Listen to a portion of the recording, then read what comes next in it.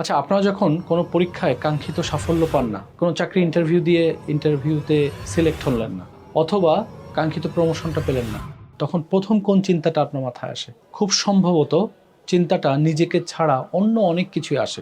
যেমন পরীক্ষা কঠিন হয়েছে, বা টিচার ভালো করে খাতা দেখেননি, হয়তোবা চাকরিটা আরেকজনকে দিয়ে দেওয়া আছে, হয়তো আমি তেল দিইনি বলে প্রমোশন পাইনি। যদি আমাদের মধ্যে এই চিন্তাগুলো এসে থাকে, আমরা বলছি যে এই চিন্তাগুলো হচ্ছে ভিকটিম মেন্টালিটি। এবং আমি বাংলাদেশের লাখ লাখ তরুণদের সাথে কাজ করে দেখেছি এরকম একটা সিনড্রোমের মধ্যে আমরা ভুগছি। এবং এই সিনড্রোমটা আসলে one kind of limiting belief. আমরা যদি আমার লাইফে ভালো কিছু করতে চাই, সমৃদ্ধশালী করতে চাই, তাহলে যে কাজটা করতে হবে সেটা হচ্ছে we have to take the responsibility of your life. জীবনে যা কিছু ঘটবে, প্রথম চিন্তাটা মাথায় আসবে, আচ্ছা আমার কি করা বাকি ছিল, আমি কি কোনো কিছু করতে ব্যর্থ হয়েছি, আরও কি করলে আসলে আমি করতে পারতাম। যদি আমরা এরকম একটা মেন্টালিটি নিয়ে আসতে পারি, তাহলে কিন্তু আমি দেখব যে একটা পাওয়ারফুল ফিল করব, অন্যের উপর আমি পাওয়ারটা দিয়ে দিব না।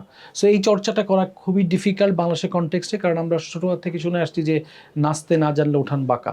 সো এই কনসেপ্ট থেকে বেরিয়ে আসতে হবে আমাদেরকে।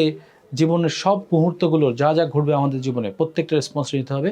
আমরা একটা ইকুয়েশন নিয়ে চিন্তা করি সবসময় যে event plus response is equal to outcome, মানে E plus R is equal to outcome. যদি আমার আউটকামটা পছন্দ না হয়, আমি কিন্তু ইভেন্টকে চেঞ্জ করতে পারবো না। আমাকে আমার রেসপন্স নিয়ে কাজ করতে হবে। রেসপন্স মানে আমি এখানে আর কি করতে পারতাম, আমার কি প্রস্তুতির অভাব ছিল কিনা।